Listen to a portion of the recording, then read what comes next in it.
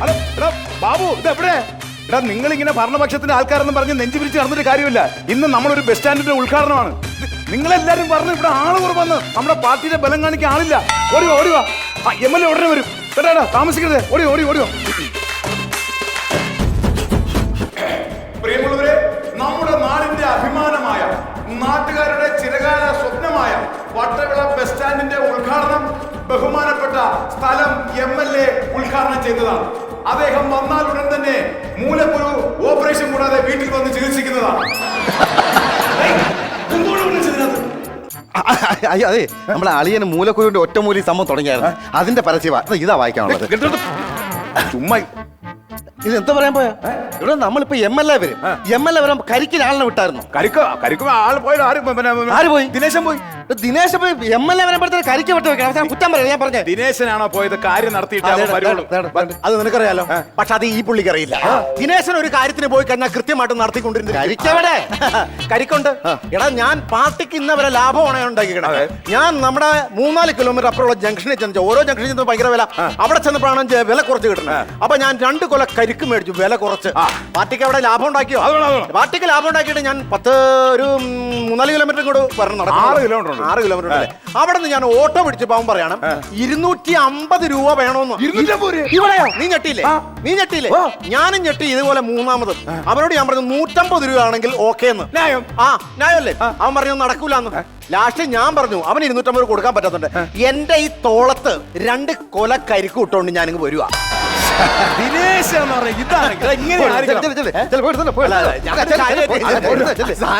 വേറെ കാര്യമുണ്ട്.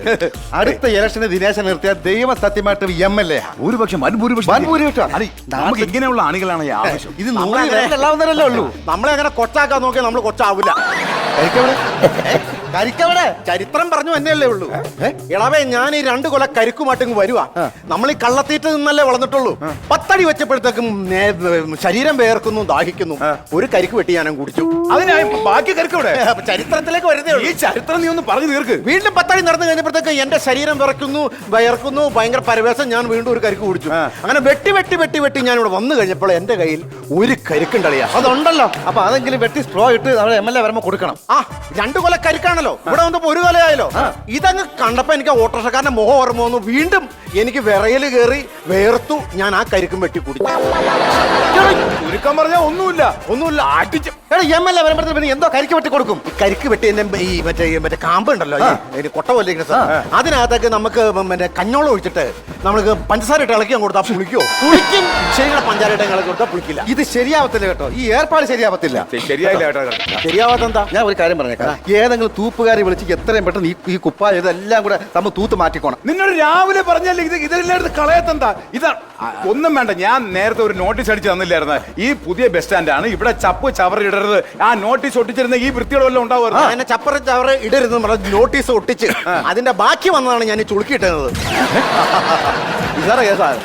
നീ എന്തിനാ ഇവിടെ കൊണ്ട് ഒട്ടിക്കാത്തത്? അല്ല, ഇത് ചുളുക്കി ഇടാതെ ഇവിടെ ഇട്ട് കഴിഞ്ഞാൽ നീ പറയും അടുത്ത ജംഗ്ഷനിൽ പോയി നല്ല ചുമറ്റയിൽ ഇത് ഒട്ടിക്കാൻ പറയും. അതുകൊണ്ട് ചുളുക്കി ഇടണം കൊണ്ട് ഒട്ടിക്കില്ലല്ലോ.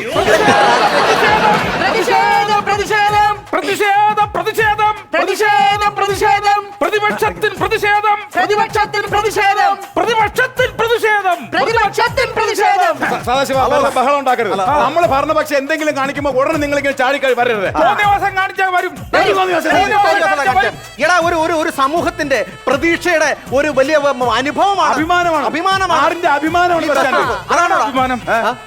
താജ്മഹലാണ് ഇവിടെ അഭിമാനിക്കാൻ ഉണ്ടാക്കി വെച്ചേക്കണം. ഇവിടെ കൂടിയിരിക്കുന്ന ജനങ്ങളുടെ പ്രത്യേക ശ്രദ്ധയ്ക്ക് ഈ ഒരു ബസ് സ്റ്റോപ്പിന്റെ നിർമ്മാണവുമായിട്ട് ബന്ധപ്പെട്ട് ഇവര് വമ്പിച്ചൊരു അഴിമതിയാണ് ഇവിടെ നടത്തിയിരിക്കുന്നത്. അതിനെതിരെ നമ്മൾ ജനങ്ങൾ ശക്തമായിട്ട് രംഗത്തിറങ്ങണം. നിങ്ങൾ ആ രീതിയിൽ വർത്താനം പറയരുത്. ഈ നിൽക്കുന്ന ഈ ബസ് സ്റ്റോപ്പിനും എത്ര രൂപയാണ് ചെലവായത്? ഞങ്ങൾക്ക് അറിയേണ്ടത് എങ്ങനെ 25 ലക്ഷം രൂപ മുടങ്ങിയെന്നുള്ളത് ഞങ്ങൾക്ക് അറിയണം. 25 ലക്ഷം രൂപ ആയി. ദിനേശ, ഞാൻ നിന്നോടൊരു കാര്യം പറയട്ടെ. എന്റെ 2 നില വീട് പണിതിന് വെറും 15 ലക്ഷം രൂപയേ ഉള്ളൂ. ആ 15 ലക്ഷം രൂപയ്ക്ക് 2 നില വീട് വെച്ച എന്നേക്കാൾ വലുതാണ്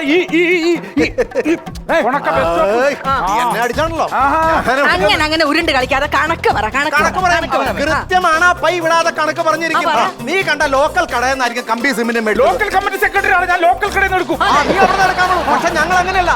ഇതിനുണ്ടായ ഇതിന്റെ കമ്പി ഉണ്ടല്ലോ, ഇത് കെട്ടാനുണ്ടായ കമ്പി ഞങ്ങൾ രാജസ്ഥാനിൽ നിന്ന് രാജസ്ഥാനിൽ നിന്നാണ് ഞങ്ങൾ ഈ കെട്ടിടം ഈ നിർമ്മിക്കാൻ കേരളത്തിലെങ്ങും കമ്പിയില്ലെങ്കിൽ രാജധാനി പോയില്ലെങ്കിൽ എന്റെ MLA വീടിന്റെ ടൈൽസും മാർബിളൊക്കെ കൊണ്ടുവരാൻ പറ്റുമോ? ആ കൊണ്ടുവന്ന കൂട്ടത്തിലാണ് ഇതിനിടയ്ക്ക് കമ്പി ഞങ്ങൾ ഇറക്കിയത്. MLA വീട്ടിലേക്കുള്ള ടൈൽസും മാർബിളും കൊണ്ടുവന്ന കൂട്ടത്തിൽ 4 കമ്പിയും കൂടെ കൊണ്ടുവന്നു. അങ്ങനെ ഞങ്ങൾക്ക് 25 ലക്ഷം രൂപ ഞങ്ങൾക്ക് ഇന്ന് പറ്റിച്ചു. 25 ലക്ഷം ഇതിന് മാത്രമല്ല. ബാക്കി കണക്ക് പറ. ബാക്കി എന്ന് പറഞ്ഞു കഴിഞ്ഞാൽ ഇതിങ്ങനെ വെറുതെ പണി ഡ്രൈ ആയിട്ട് ചെയ്തിട്ടാ മതിയോ? ഇത് തേക്കണം. തേച്ചല്ലോ. തേപ്പ് മാത്രമല്ല, തേച്ചാൽ അതിന് ഭംഗി ഉണ്ടാവില്ല, അതിന് പുട്ടിയിടണം, ടൈൽസ് ഇടണം, വയർ ചെയ്യണം, പ്ലംബ് ചെയ്യണം, ഇതിനൊക്കെ കാശ് വേണം. അല്ലല്ല ഈ പ്ലംബ് ചെയ്യണം എന്തിനാ?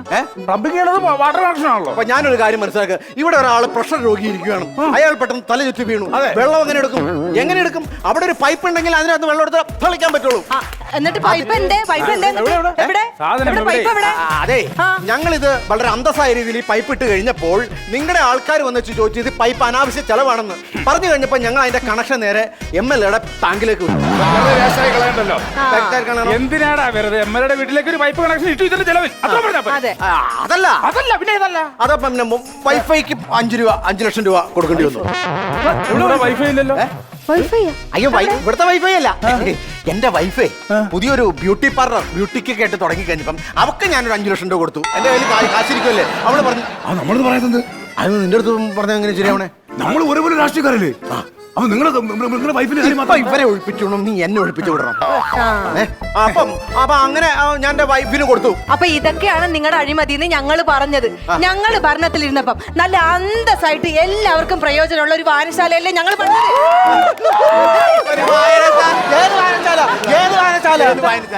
അല്ല, ഏതാ വായനശാല? നമ്മുടെ വായനശാല. അതെ, ഏതാന്ന് അവന് പോലും അറിയില്ല വായനശാല. ഏത് വായനശാല? 15 ലക്ഷം രൂപ. അതെ, അയ്യോ, ഇവരുടെ 15 ലക്ഷം രൂപ മുടക്കി കൊടുത്ത ഒരു വായനശാലയുടെ സെറ്റപ്പ് കാണും. 4 കപ്പളത്തിന്റെ തൂങ്ങും, അതിന്റെ മേളിലൊരു ടാർപ്പ, അവിടെ മുത്തുച്ചിപ്പി, വയറ്, അമ്മാവന് വെച്ച അമളി, തിരുമധുരം. ഇയാളെ ഇതൊക്കെയാണ് ഇവരുടെ വായനശാല.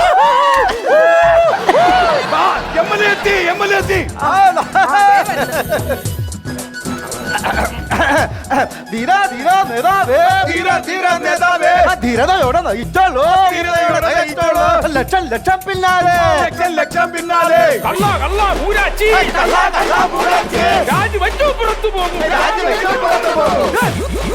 ഇത്തരം മൂരാച്ചികളെ സമൂഹത്തിൽ നിന്ന് തുടച്ചു മാറ്റം. എന്തുവാണ് വിളിച്ചു പറയുന്നത്? ഞാൻ അറിയില്ല സാറേ. ഞാൻ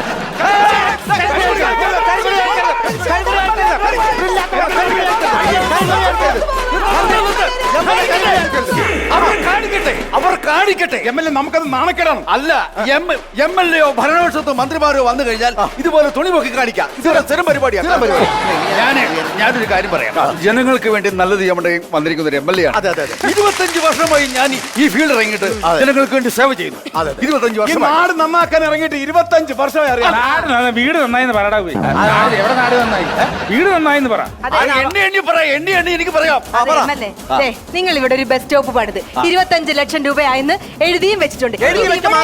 ഇത് എവിടെ എഴുതിയാ പോരെ? ഇങ്ങനെ ജംഗ്ഷൻ തോറും ഇങ്ങനെ ഫ്ലെക്സ് അടിച്ച് വെക്കേണ്ട കാര്യമുണ്ടോ? ആ ഫ്ലെക്സിന് തന്നെ നിങ്ങൾ എത്ര ലക്ഷം രൂപ കളഞ്ഞു? ജനങ്ങൾ അറിയട്ടെ, ഈ ജനങ്ങൾക്ക് വേണ്ടി ചെയ്യുന്ന ഫോട്ടോ അത് ഫ്ലെക്സ് വെക്കും. അതിന് MLA കുടുംബത്തിൽ നിന്നിട്ടോ പൈസ ഒന്നുമല്ലല്ലോ, ഇത് ജനങ്ങളുടെ പൈസ അല്ലേ? അപ്പൊ നിങ്ങളുടെ കുടുംബത്തിൽ നിന്നാണ് ഈ കൊണ്ടുവന്നിരിക്കുന്നത്.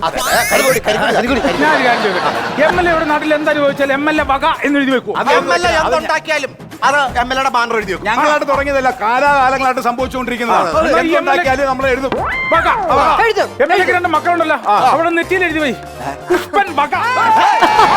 ഈ മക്കളെന്നുള്ള പ്രോപ്പർട്ടി എന്റെ മാത്രമല്ല, എന്റെ പെണ്ണുപിള്ളയുടെ കൂടെയാ. പെണ്ണുപിള്ള അനുമതി ഇല്ലാതെ എനിക്ക് എഴുതി വെക്കാൻ പറ്റില്ല. അതും ചിന്തിക്കണം.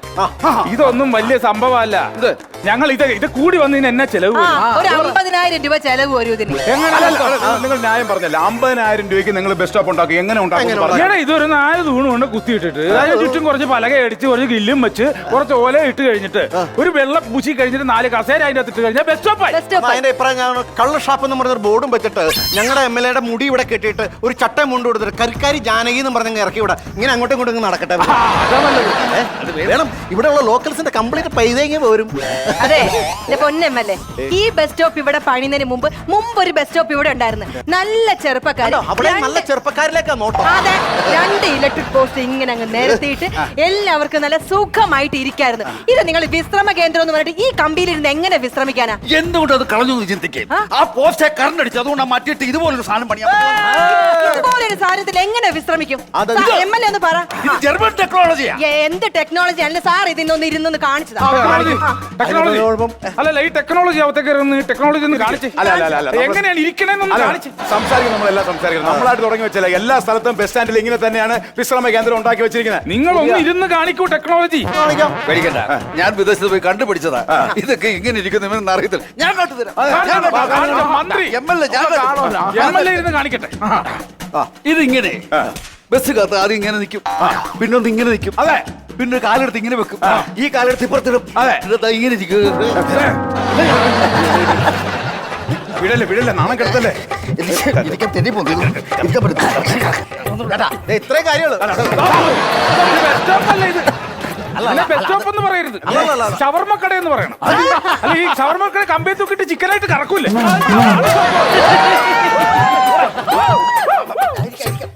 MLA നാണം കെടുത്തരുത്.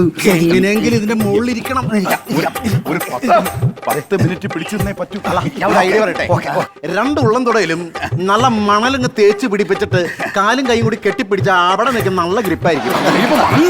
നാണം കെടുത്തോണ്ട് ഗ്രിപ്പ് കിട്ടി. എങ്ങനെയെങ്കിലും പിടിച്ചിട്ട് കൊണ്ടുപോയോ? നിങ്ങളുടെ MLA അല്ലേ? ആ താലൂക്ക് ആശുപത്രി കൊണ്ടുപോയി എന്തെങ്കിലും ചികിത്സിക്കും. ഗവൺമെന്റ് ആശുപത്രി കൊണ്ടുപോകണം ഞങ്ങളുടെ MLA-നെയോ. പിന്നല്ലാതെ ആർക്കും എന്നെ ചവളക്കുറ്റി നോക്കി രണ്ടെണ്ണം കൊടുക്കണം. ഏതെങ്കിലും MLA-മാരും മന്ത്രിമാരും MP-മാരും ഗവൺമെന്റ് ആശുപത്രി കിടന്ന ചരിത്രം ഉണ്ടായിട്ടുണ്ടോ? അമേരിക്ക കൊണ്ടുപോയി ഞങ്ങൾ ചികിത്സിക്കും. ഈ നിസാര കാര്യത്തിന് എന്തിനാണ് അമേരിക്ക കൊണ്ടുപോകണം? നിസ്സാര കാര്യം. കഴിഞ്ഞ ദിവസം പല്ലുവേന ഉണ്ടായിട്ട് റൂട്ട് കനാൽ ചെയ്യാൻ ഞങ്ങൾ അമേരിക്കയിലെ പോയെ. ഇത് ആഹാ, അപ്പൊ ഇതിന്റെ പേരിലും കുറച്ച് കാശടിക്കട്ടെ. ഇതിന്റെ ഫണ്ട് എവിടുന്ന് നിങ്ങൾ ഒപ്പിക്കും? പണ്ട് എത്ര ലക്ഷം രൂപ വേണമെന്ന് അറിയാമോ?